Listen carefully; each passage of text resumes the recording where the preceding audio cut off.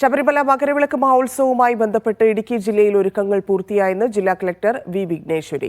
പുല്ലുമേട്, പരുന്തുംപാറ, പാഞ്ചാലിമേട് എന്നിവിടങ്ങളിലാണ് ദർശന സൗകര്യങ്ങൾ ഒരുക്കിയിട്ടുള്ളത്. മകരജ്യോതി ദർശിച്ച ശേഷം പുല്ലുമേട് നിന്ന് സന്നിധാനത്തേക്ക് തീർത്ഥാടകരെ കടത്തിവിടില്ല. വന്യമൃഗങ്ങളുടെ സഞ്ചാരപാതയിൽ രാത്രിയാത്ര അനുവദിക്കില്ലെന്നും പുല്ലുമേട്ടിൽ മകരവിളക്ക് ദർശിച്ച ശേഷം തീർത്ഥാടകർ തിരികെ സത്രത്തിലേക്ക് മടങ്ങണമെന്നും കലക്ടർ പറഞ്ഞു.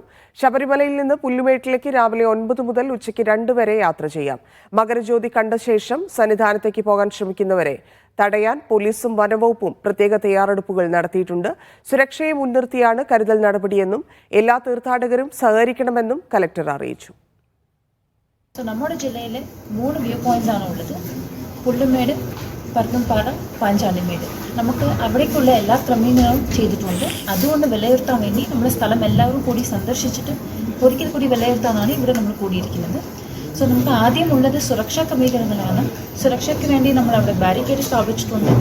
ആൻഡ് നമ്മൾ പോലീസുമാരും നമ്മളിപ്പോൾ ഫോറസ്റ്റ് ഡിപ്പാർട്ട്മെൻറ്റ്സിൻ്റെ ആൾക്കാർ കൂടി നമ്മൾ അവിടെ നിയമിച്ചിട്ടുണ്ട്. പിന്നെ നമ്മൾ റവന്യൂവിൽ നിന്ന് എക്സിക്യൂട്ടീവ് മാജിസ്ട്രേറ്റ്സ്, ഡ്യൂട്ടി മാജിസ്ട്രേറ്റ്സ്, പിന്നെ കുറച്ച് ഉദ്യോഗസ്ഥരെ കൂടി അവിടെ നിയമിച്ചിട്ടുണ്ട്.